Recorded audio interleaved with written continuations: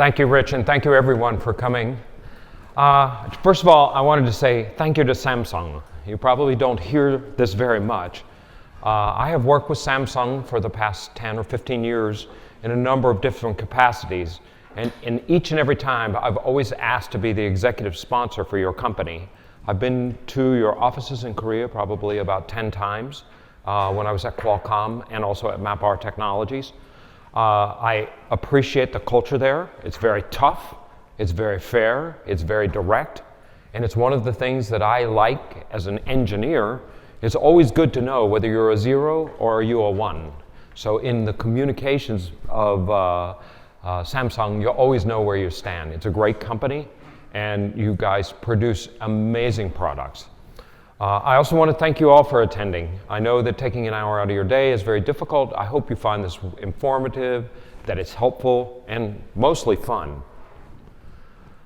Just a general agenda, you probably have seen this, where we are, what's going on in this market. When I say big data is dead, it doesn't mean that data is dead. It means the emphasis will be on data, not on big, not on small, not on large.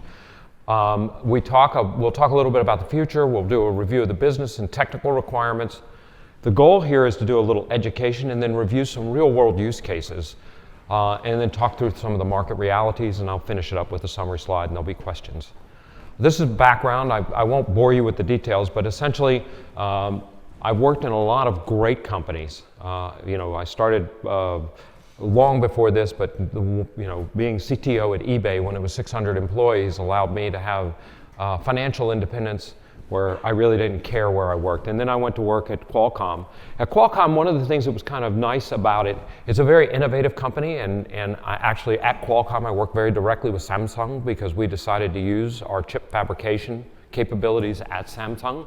But one of the things that I got is I got very into patents. So I have about 3 or 4 patents in wireless communications, mostly about data bursting and data facilitating. And I'll flip through up to SuccessFactors, which was one of the first companies to actually deliver products in the cloud, which is where I got very interested in the cloud, and then was recruited away from SuccessFactors to Oracle as the head of cloud services. There I had a 3,000 person organization, and then my last full-time position was as Chief Technology Officer at MapR Technologies. My job primarily at MapR was to work with customers, understand the problems, understand their challenges, and how can we solve them, which is why I really was instrumental in driving MapR away from the big data notion into the data platform notion, and you'll see how that fits. I want to make sure that I give attribution to MapR because a lot of the data and a lot of the thinking came from integration and discussions and customers with customers of MapR, my most recent employer. So what's going on in the marketplace? Back when I was your age, everything was centralized, right? All the data was usually on mainframes. You had data warehouses, and then the cloud emerged, and I participated in the cloud emergence, and that created data lakes. And then all of a sudden, with data lakes, data was so readily available you could start to do analytics on it. And now what's happened, we've moved beyond the cloud into what we refer to as multi-cloud. And sometimes multi-clouds are made up of hybrid, meaning on-prem, and clouds, but also multiple clouds. Customers no longer want the sense that they're locked into a particular cloud provider. They want to be able to run on Google and Amazon. Because as we've seen, even the best of the best, Google, which is right down the street from here, has outages. So customers that have really requirements for real-time availability need to be able to burst over to another cloud provider. And then with the advent of containerization, we've now moved back out to distributed computing. Increasingly, you'll be able to run those applications anywhere. Now that gets very interesting for Samsung because as you move into the compute and the storage capability and the integration of those things, containers for the software development of those applications are really essential. I worked on autonomous driving vehicles and I worked on fraud detection. And in every single place, the idea is that containerized capability for a particular vehicle, in the case of autonomous vehicles, was really important. But that vehicle in aggregation with thousands of other vehicles gave the use cases for machine learning, the ability for you to start to be able to build the autonomous driving machines. What the old traditional architectures used enterprise Hadoop workloads or Spark and Stream, AI and ML, but they ran across a whole variety of capacity, like centralized all the way out to fully distributed Kubernetes. But what's missing is the data platform. All of that information that's contained across all of these variant structures inside the compute infrastructure or the data center infrastructure really needs a platform to be able to determine where it is. So what I see happening and what was happening before MapR suddenly ran into its issues and Cloudera and Hortonworks is they were increasingly moving to this concept called a data platform. And basically, I'll talk more about what makes up that data platform. This is really the architecture at a low-level view. I won't spend a lot of time on this, but there are a couple things that are very interesting. For example, volumes and files, they're really not that different. They're user-defined or they're, but when you get into the chunks, which are the bits where the data is stored, what I found, at least in my experience, is most of everything is in like 8K blocks, things like that. You need to be able to start expanding that to 256K, but by the way, that needs to be adjustable. And using machine learning algorithms, because literally you have millions of different use cases, you should be able to allow the compute infrastructure to be able to determine what that adjustable capability is. The blocks, containers, storage pools, these are all things that you're intimately familiar with, but what's unique about them is they have nearly infinite scale out. So if you're building the data platform in the new world, it's got to have infinite scale out capability. Because you never know where it's going to run. It could run across multiple clouds, it could run on a single cloud, it could run on inside of a large data center. It has to have fully distributed file metadata, no Java VMs, no Linux file systems. It has to have commodity hardware. One thing that I found very interesting in my analysis, 5G is an absolute requirement. If it doesn't have 5G, it's not going to be able to cluster as well, because what's going to happen is you're going to see that this architecture will run on everything from a small edge device all the way into the data center. And it'll be very, very similar structures, just skinny down quite a bit. One of the next generations, when I say it's the next platform, is streaming. Now, streaming is really powerful. If you're not familiar with it, it has producers, which is where the data comes from, and then it has consumers. Groups that are looking to use and manage and work and operate off that data. But basically, you have to remember, they're unbounded sequences of events, so there's no limitation. The file sizes, the bit patterns may be very different. Producers and consumers don't need to be aware of each other, which is very unusual, because if you think about it in the traditional application sense, they have to know about each other. And this is the messaging architecture, and typically it's called pub-sub, publication and subscribe, but it gets confusing with the legacy providers. And one of the things I want to just take a second and do and say, what's different? When you think about legacy messaging systems, and unfortunately I've worked on all or two of the three that are up there, IBM MQ and TIBCO, you can see what those, these are very bounded capabilities. When you start to get into modern streaming systems like Kafka, Hydra, and distributed log, you start to find out that through throughput, data transfer is completely decoupled. They're not connected. This guy, it's a point-to-point connection. It's essentially a hub and spoke type architecture. It can be many to one, it can be one to many. And by the way, things can operate at different speeds, because understanding what the data is and how critical it is, you may want it quickly, it may be real time, or it can be NRT, because it's, the speed of the data also drives a lot of cost. It's a log-oriented design, and it's really designed to scale out. It's really designed for global applications, because now, today, in the case of Samsung being a global company, your operations, your connections for application purposes could be anywhere, and it has to persist the message. And the reason you do message persistence is because if it fails, you don't want it to just lose the data.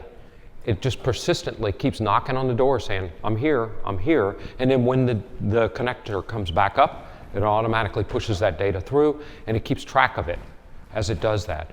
And internally, it has integrated analytics. And the reason for that is really, as that data moves, you want to be able to keep track of it, know what went where it was consumed, who used it, how.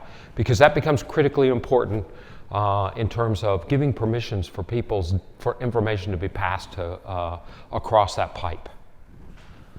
All right, so I've got this big data architecture. How do I derive value from it? My CFO is on my butt because I'm spending a lot of money.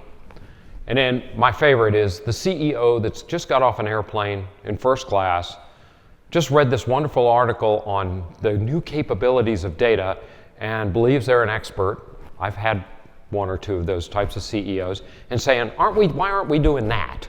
And in many cases, companies are doing that. It's just called something different. But let's start with something that everybody's reading about now, machine learning. It's great that there's all this data and great that there's this architecture, but what the hell do you do with it? Well, Paul Moritz, who's a very famous Silicon Valley guy, I've gotten to see him speak several times, said essentially machine learning and artificial intelligence are really at their infancy. It's really very new today.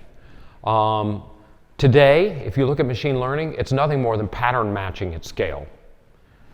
But it's the first step. I'm not taking anything away from it. It's the first step. Getting value out is very hard. And in many cases, that data may or may not, the result sets may or may not necessarily be reliable. So the questions that I get asked all the time is, okay, that's good. How do we change that? How do we believe it's true? So clicking down on machine learning, there's some things that you need to know. What is it really? It's a subset of what will become artificial intelligence. Machine learning is really intelligence, but it's the science of getting the computers to act without explicitly programming them. So the idea is that they start to learn from themselves. They learn from the data. But their learning capability is very, very specialized. Basically, you give the computer a lot of examples and let the algorithms, which are what do the deterministic logical work, start to learn over time. You know, if you think in terms of time series, as things happen over time, you can get tighter and tighter in terms of the result sets. Some examples are self-driving cars. I've had the opportunity to work with Daimler-Benz and Volkswagen and Hyundai and a number of other companies as they built their autonomous driving vehicles. They're literally bringing in millions their training sets are terabytes, in some cases petabytes of data. But now that they built them, how do they manage it? Google's Photos. Samsung has Bixby. I'm sure you've all worked or seen it. That actually runs on MapR's technology. It's a wonderful product. And you know, it's similar to what Apple has with Siri, Alexa. Spam filters and loan approvals are a great example of AI technology. I work with a company called Cabbage that I'll talk about in a little bit. All of loan applications, whether it was for mortgage, business loans, consumer loans, credit cards, all done through artificial intelligence and machine learning. But here's the hard truth. The data gets in the way. So when you have to have large, clean data sets. And it's hard because larger organizations have data stored in lots of different ways. There are talent wars for these skills. So the value of the skills gets driven up, therefore the cost gets driven up. The skills for algorithms, data scientists, business understanding. I have a 19-year-old daughter. I finally got her to learn Python because I figure I'm old and I want her to be able to support me, so she needs a skill set that will allow her to do that. Python is a great skill set. What data scientists spend most of their time doing, and this is the frustration of data scientists, is they spend about 3% of their time building data sets, training data sets. Okay? That should be 90%, but it's not. This is where they spend most of their time, cleaning and organizing data. 60% of the time is spent there. 19% is collecting the data sets and finding where that data is. Mining the data for patterns is about 9%, which again, refining algorithms. Refining algorithms, mining data for patterns, and building training sets is what data scientists should be doing all the time. But instead, they're spending the majority of their time on the data, cleaning up the data, doing a lot of what I call not sexy work. So one of the areas that is also important, and I'll talk more about this particular chart in a second in terms of what, the data platform itself. But decisioning is not easy. It's technology that's in transition. So the most successful, I've worked with literally hundreds of customers as they're going into machine learning, AI type technologies. And one of the things that we try to do, find a quick win. You've got to prove the capability. It's new technology. And you know, I've been a CIO 5 times in my career. And I know what it's like to justify a project for large amounts of money.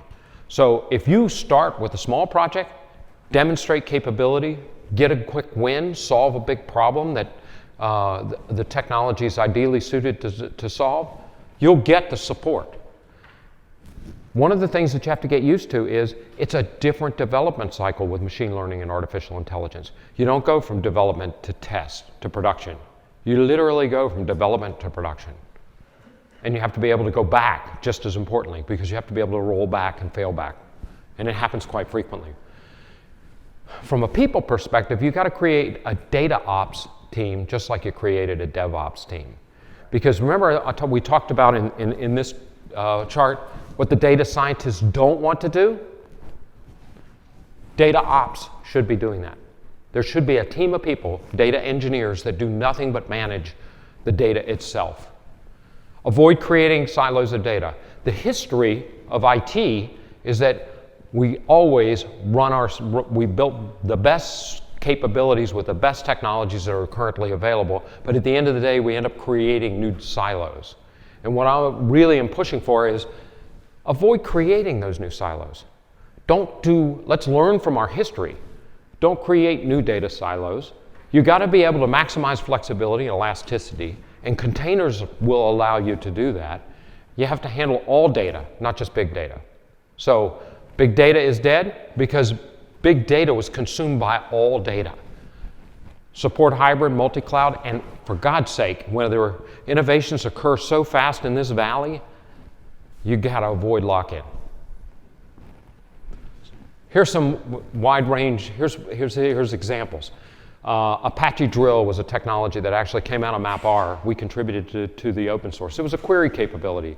Spark and Kafka have procedural query capabilities. Hive has ETL transform capability. User-facing applications have JSON, OHI, and HBase APIs. But at the end of the day, what do customers use?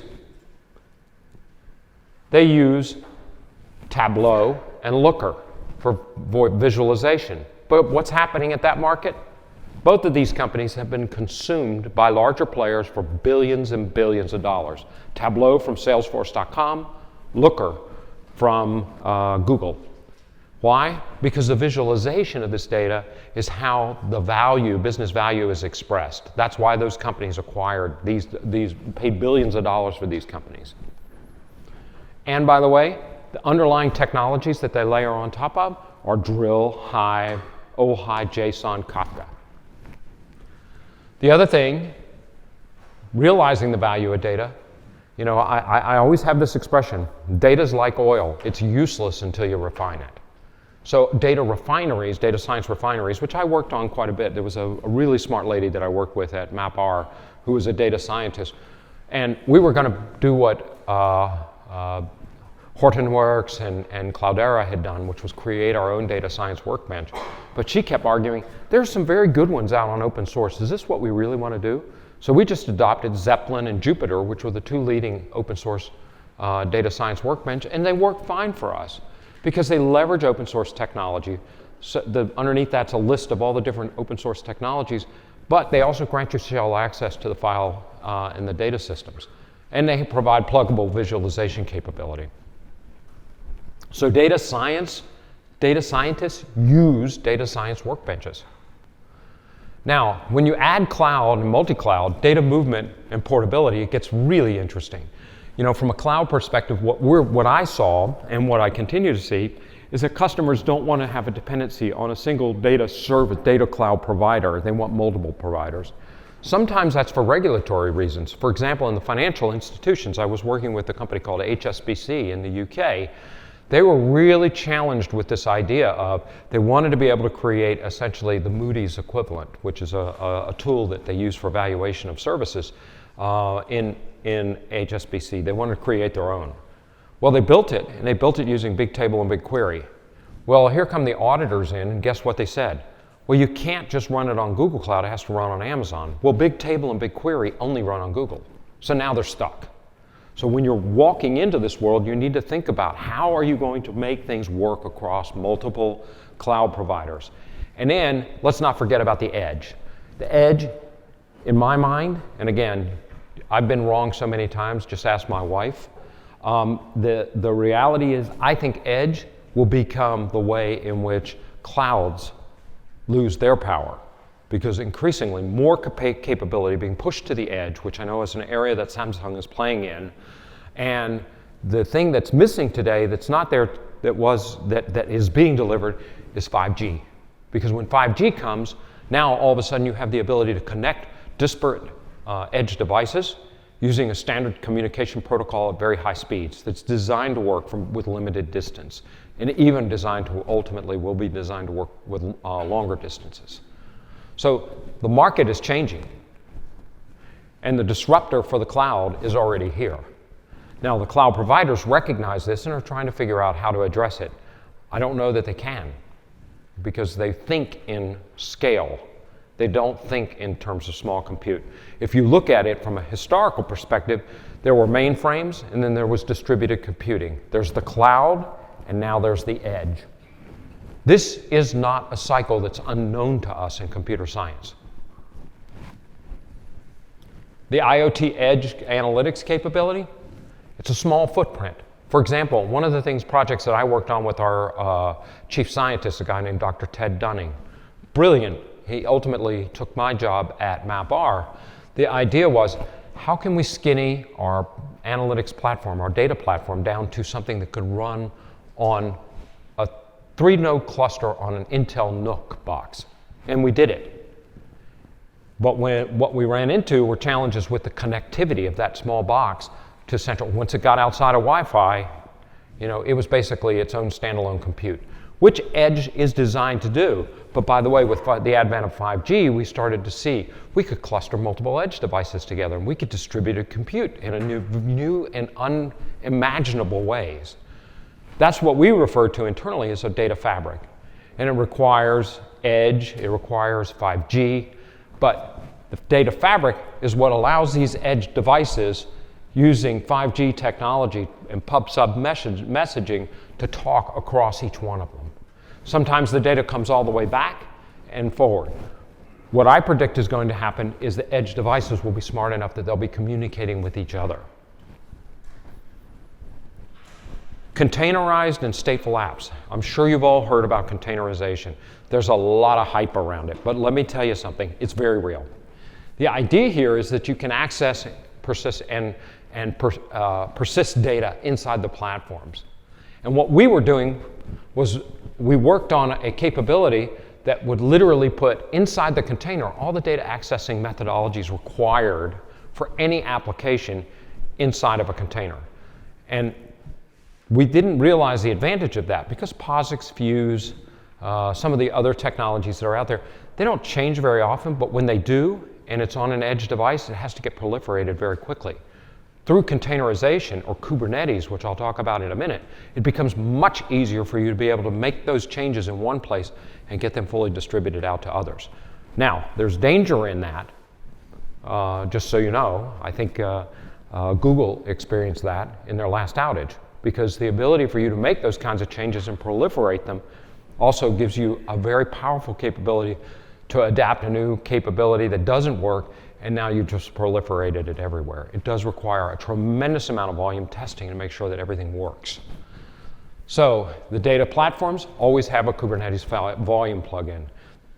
What's unique is that these are pre-built and they're certified. So you get security, you get the same standardization across every single platform. They secure and authenticate connectivity, and they abstract themselves from specific storage. And that becomes very important when you start to move into the data platform business. But the idea here is that you have to assume that the application that you're going to be managing is containerized. And then you can leverage the full Kubernetes capability. The velocity of elasticity, literally being able to call compute when you need it on demand and then release it back into the cluster when you don't.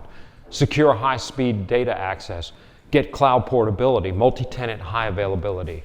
But as you can look at this, you can see that the idea here is that Kubernetes applications have a client inside of it for containers that will allow it to access the data platform, and the data platform takes care of the location of where that data is physically. But the data and compute services continue to run inside Kubernetes so that as they change, you can make the adaptive changes and get them rolled out very, very quickly. So one of the things at a high level, these are some of the use cases that I've dealt with these new types of technologies, is I won't read them all, but the idea is that they're broken into really large categories. AI and analytics is probably the premier. IoT and edge analytics was something that we were seeing increasingly, particularly in the areas of manufacturing companies, healthcare companies, oil and gas, huge consumers of AI, of IoT and edge technologies. Lots of companies were trying to figure out the journey to the cloud, and they're looking for high-performance file systems. But one of the things that drives that issue is the prevalence of GDPR. And then, of course, containers. They improved the agility of your engineering team. They give you greater flexibility, higher elasticity, they're better utilization, and they can run anywhere, on-prem, in cloud. They make you portable, your applications. So let's talk about the real world and what happens when you put it all together. But you always have to remember when you're doing these, patience is a virtue. None of these projects happened overnight. Here's Sprint.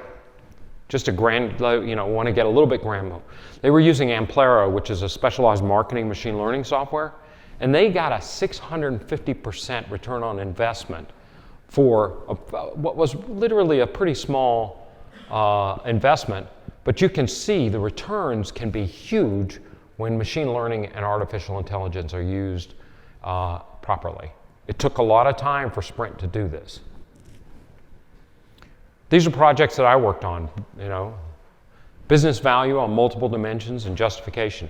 What we ended up doing, and I spent a lot of time on this, was looking at what was the company trying to do. So, it changes the topic when you go in to talk to, as a CTO, to talk to business people and say, what are you trying to do? Grow revenue, reduce costs, reduce risk, go faster? And then once they tell you, you can launch into a variety of use cases, very real use cases. I don't know how many of you are familiar with this company. I kid you, Qualcomm. But Qualcomm is a big customer of big data. And in my case, it was of MapR. As a matter of fact, the way in which Qualcomm worked directly with the Samsung fabrication teams in Korea for yield analytics and yield management, that was all through MapR's solution. The idea was very simple. They wanted to go faster. They wanted to be able to get product to the market faster. But what they didn't realize is that it was also going to reduce costs. When first time I ever saw the use case presented, because I implemented the first yield management system when I was at Qualcomm, it had improved so much faster, they could turn product 92% faster. Now, talk about hitting your bottom line in terms of growing revenue and reducing cost. But it also, because they were using the product, they were able to cut their cost by $60 to $70 million. Now that's significant. That goes straight to the bottom line. So there's always a question of what's coming next. Well, the next data level is the ability to abstract data. What is a problem is that software has increasingly abstracted underlying resources. They've done a really good job of that. Containerization is a great example of that. Kubernetes layering on top of that is an even better example. But the problem is that data is growing exponentially. I won't bore you with the details because the graphs are just enormous. You can't even fit them on a slide anymore in terms of the volume of data that's being generated on a daily basis. And it's highly fragmented. And It's distributed within the enterprise ITS stack at the end of the day. Data abstraction is about an enterprise data layer that turns data into a more powerful resource. It gives it categorization, it gives it data lineage, it gives it an understanding of where this data is, where it's being used, where it's being consumed. That's one of the beauties of technologies like streams, is that you can actually start to create data governance for data on the streaming platform. So there's an evolving enterprise stack. There's a new layer of data that's required. Basically, a consistent approach for enterprises enables the consumption of data by a broad set of applications, and it handles the complexity of the execution that we live with on a day in and day out basis. That's called a data platform. So when I say big data, everybody thinks of HDFS or Hadoop. A data platform consumes, Hadoop is just one service inside of a data platform. POSIX, Fuse, SBM, all of these other capabilities are just services inside the data platform where it can consume the data, understand where it's coming from, and where it needs to push the data to. But it's an enterprise data layer, and it scales to handle a variety of different types of data. Like I said, whether it's a file, whether it's a table, or whether it's a stream, the data platform shouldn't care. It just is more concerned about what the data is, where it persists, how it's managed. Now, some of the requirements is it has to have universal access to data. At MapR, we openly refer to that as our global namespace. The idea was, I don't know how many of you are networking geeks, I was, it was DNS for data. I mean, DNS is nothing more than an IP address. But DNS gives you the ability to call that data in a naming convention that you may or may not understand depending on what level of abstraction you want to ally to it. But at the end of the day, knowing where that data was really required that you get an IP address. So the global namespace gave you universal access to data, regardless of where it was. It could be at an edge device sitting in an oil well, or it could be in the center of a bank. It's data workload independent because it doesn't matter what form the data's in. It knows where it is, and it knows what that form is. And it's like a universal translator. If I'm going to speak SQL, or if I'm going to speak object, or if I'm going to speak streams, it knows those languages and can be conversant in them no matter what language it is. Data multi-tenancy, the ability for you to be able to put data wherever you need to. Processing isolation. You'll see there's a coming change in compute.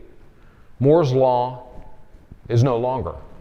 What's being replaced by is, if you think of, remember I talked about mainframes down to distributed computing to cloud, now to edge?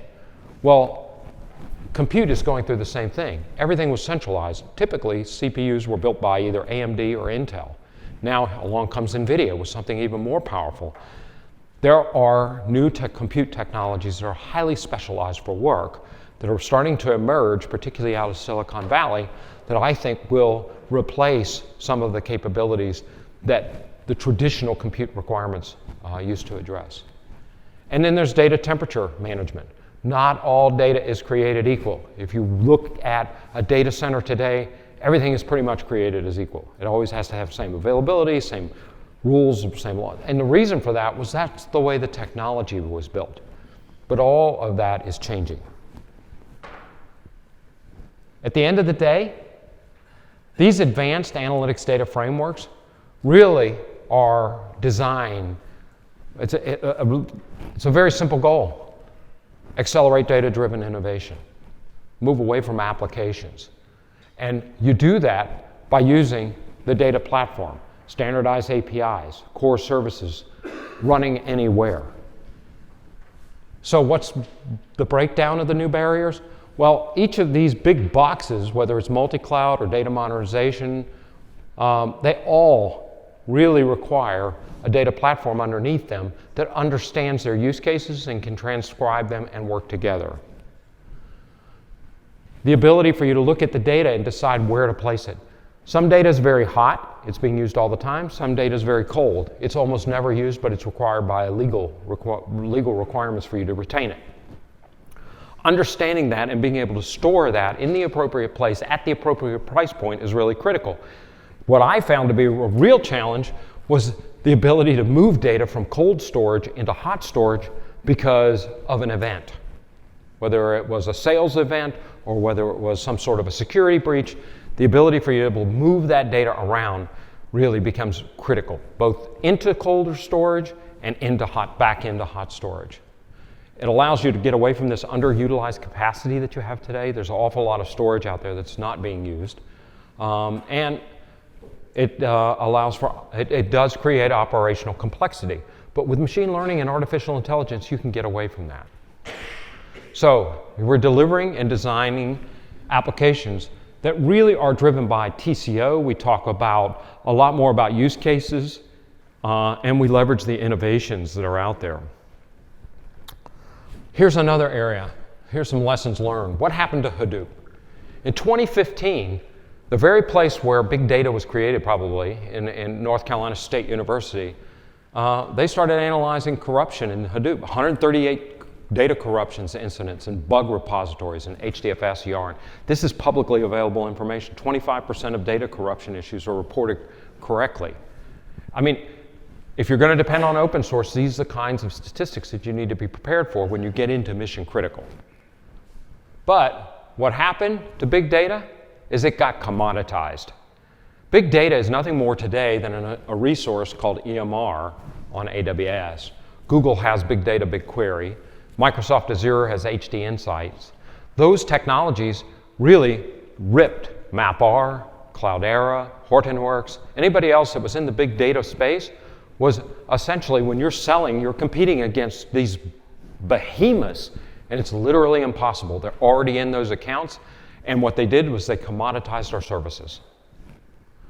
Limited innovation, infighting among the providers, and we weren't paying enough attention to what the customer's priorities were. So that's what happened to the big data market. It really got eaten alive. The base that it was built on, HDFS, had problems. The providers were battling with each other and not looking at the broader market and didn't see the disruptor come through, which was the cloud providers themselves. They could create it as a service and sell it for pennies on the dollar. So what's next? We're wrapping up here. So it includes significantly enhanced data management with data utilization, data lineage, usage patterns captured via machine learning. I was working on this one when I left MapR. Doing deterministic location-based data placement and movement. Anomaly detection early on, which is something that could be done at the processor level. Bias determination. This is probably the biggest problem in analytics today, bias. And it's not a person's bias, it's the way the data is biased, and understanding that. And I'll talk a little bit about data nutrition. Ethics and bias. This is a huge challenge. Big data failed to predict the US election. It should have been very clear, except for one small thing. We don't elect our president, the Electoral College does. And the statistics were all about, oh, Hillary's going to get 8 billion more votes than Donald Trump. It didn't matter.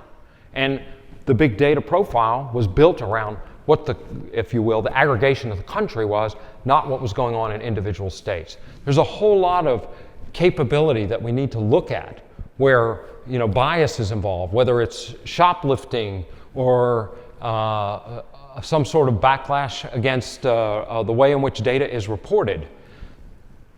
So my point is that this is an area, open area of opportunity, and you're going to see products emerge. Here's laws and compliances. Anybody here heard of GDPR? If you haven't and you don't have to build for it, get ready. Your world is about to get changed. Our friends down the street here at Facebook and at Google are both experiencing this. But it's not just a UK problem. It's not just an EEU problem. Every state is creating their own compliances. California is the first one.